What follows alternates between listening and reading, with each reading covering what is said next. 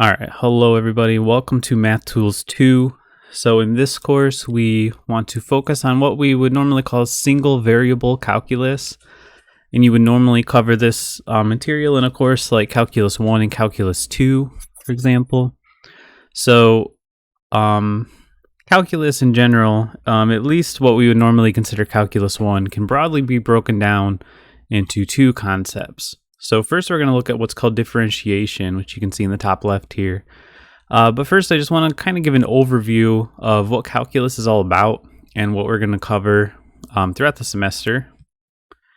So you can broadly categorize it again into two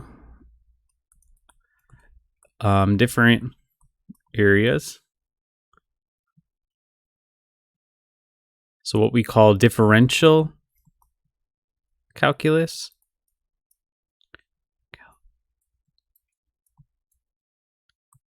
and then what we call integral calculus. Okay, and this is kind of the order that we're going to tackle it in too. And then there's a bit more to look at the end too, involving sequences and series. When I say a bit more, I mean a lot more. So it really these are kind of the two broad classes, and then sequences and series is like the last third of the course. So it's more like it's divided into thirds with differential calculus and integral calculus, and then sequences and series. But differential calculus and integral calculus are often kind of lumped together because they're very much related to each other. In fact, they're exact opposites of each other in a way, meaning that they're inverses of each other. So differential calculus looks at the problem of what we call the derivative. So this looks at the problem of, okay, we know that if we have a line, so let's say we just have the line y equals x plus 2, for example. Okay, so y equals x plus 2, or if you prefer the function notation, f of x equals x plus 2. Then we know that this function has a slope of 2. And the slope is also sometimes called the average rate of change. So this tells us how much does y change for every unit change in x. So how much does y change as x changes by 1? Right, so in this case the answer is 1, the slope is 1. So as x changes by 1, y also changes by 1. And for a line, a straight line like this, it doesn't matter where you are on the graph. The slope is going to be the same everywhere. For this reason, we only really talk about the slope of lines in algebra or pre-calculus. We want to open this up a little more now to, okay, what if we have a function which is not a straight line, it's a curve. So for example, the function f of x equals x squared. Okay. Then on this function, what is the slope at this point, or at this point, or at this point? And it's clearly not going to be the same thing at each point. When we talk about the slope, we mean how much is y changing at that point for a unit change in x. And it's the amount that it's changing is itself changing, right? Because it's not increasing or decreasing by a constant amount like it is on a line, right? So we need now maybe a second function to describe the slope of this function and how it changes at every point. And this is what we call the derivative.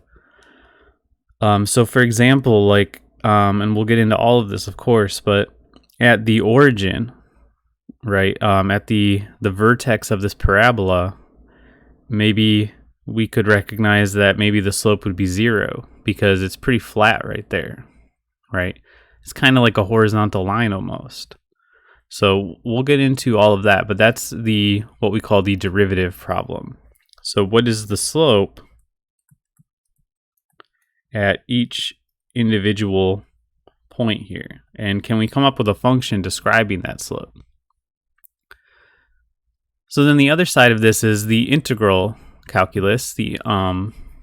So this one is a little bit different here. This one says, okay, Well, again, if we had a line, say, let's just look at the line y equals x, where f of x equals x, okay?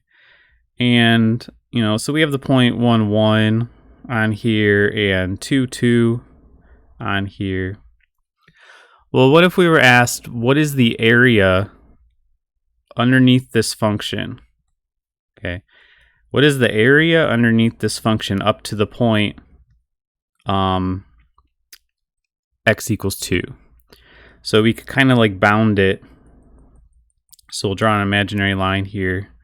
And it's bounded by the x-axis also, right? So this we could do, because if we want to find the area underneath this function, we could just, it's just the area of a triangle at this point, right? So this is, the area is 1/2 times base times height for a triangle. So the base here, this is a right triangle, so the base is 2, and the height is also 2. Right, so this is going to be 2. So the area is 2, whatever our units are. So that's simple enough. It's just, you know, geometry essentially, right? Like the basics of geometry. But again, what if we open up this problem a little bit? Okay, so now what if we have a curve? Okay. You could have whatever curve you like here. You know, maybe I'll even just do x squared here just to keep it consistent. Okay, so what if we have x squared here? And now we have the point 1, 1 still, right? 1, 1. But then we have the point 2, 4. Okay. As always, not drawn to scale here. But now how do we find this area? Okay. Now this is a little bit harder to tackle because, you know, this line here, it's a little bit hard to tell when I'm just drawing it by hand here, but it's not a straight line, right? It's curving. So when we look at a formula like 1/2 times base times height, the problem here is really the height, right? Because the height is always changing. It's not, like this really isn't a triangle, I guess is what I'm trying to say, right? Because this is not a straight line here. It's curving upwards, right? So we can't necessarily rely on this formula here, even if we do have the same kind of ideas of base and height. So if we want to find the area inside of a curve, then what do we do? Okay. And both of these can be solved with what we call a limit. Okay. So this idea of a limit, first of all,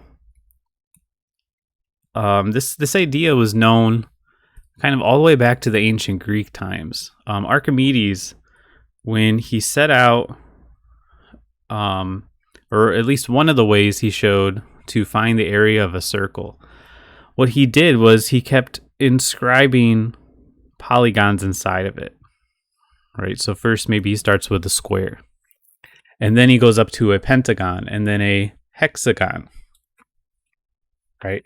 And then maybe a dodecagon, etc. And he keeps adding sides to it. And he says, okay, well, we can keep adding sides to it, and then what we're doing as we do that, so, you know, now if I go ahead, you know, I'm really not the best drawer here, but let's just go ahead and give it a shot. Okay. So I don't know how many sides this will even end up having. Let's see. So here we have 1, 2, 3, 4, 5, 6, 7, 8, or 7. 1, 2, 3, 4, 5, 6, 7. It looks like 8. So we have an octagon, but it doesn't really matter how many sides are. The point is, notice what happened here. With the square, there's a lot of space in between the square and the circle, right? With the octagon, we've cut out that space quite a bit. And if we just keep adding sides to this, then eventually, there's going to be no white space there. And in fact, if we let the side lengths, or rather if we let the number of sides go to infinity, there would theoretically be zero space between there. And Archimedes called this the method of exhaustion. Okay. And this is kind of like the proto-limit, because nowadays we would know this as the limit as the side lengths go to infinity. And he specifically showed for a parabola. So if you have a parabola, I believe he used an upside down parabola, and he did this kind of method of exhaustion where he would draw shapes inside of it and basically just keep adding to them until there was very minimal white space to get an approximation of the area underneath there. So we had this idea a long time ago, but then jumping all the way to the 1600s is when Newton and Leibniz, they kind of simultaneously came up with the idea of applying these things to functions in order to find these, both of these quantities, right? The area in this case. So I think that's a pretty natural application. We can see how we get from here to here. We're just kind of doing the same idea to find the area. We're doing it with rectangles. So what we'll do is we will essentially find rectangles, and we'll keep to find the area underneath here. We'll approximate it with rectangles, and then we'll keep making the rectangles width smaller and smaller.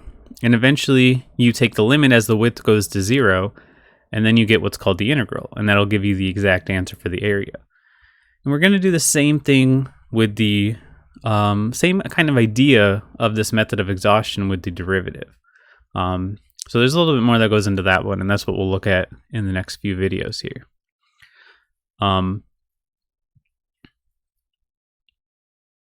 So yeah, just again about the history, Newton and Leibniz, it's kind of argued about which one of them really discovered calculus, but they really kind of did it simultaneously. And Newton did it in the context of physics, of course, which is what he's most known for, right? His laws of physics. And all of his laws, if you've just taken like an intro to physics class, you probably would have learned equations like F equals mass times acceleration, right? But if you didn't take a calculus-based physics class, what they're leaving out is that acceleration is actually a derivative. It's the derivative of velocity, and velocity itself is the derivative of position. So so this is what's called a second derivative, actually. So all of these ideas kind of connect together. So so we'll get into first how to look at the derivative, and we'll spend a lot of time on that, and then we'll kind of get into the integral calculus. And like I said, these are actually inverses of each other. To find the area underneath the curve, you find what's called the antiderivative, which is the inverse of the derivative. So we'll get into how they connect as well, because on the surface, of course, they don't look like the slope and the area under a curve. They don't really look like they would have much to do with each other.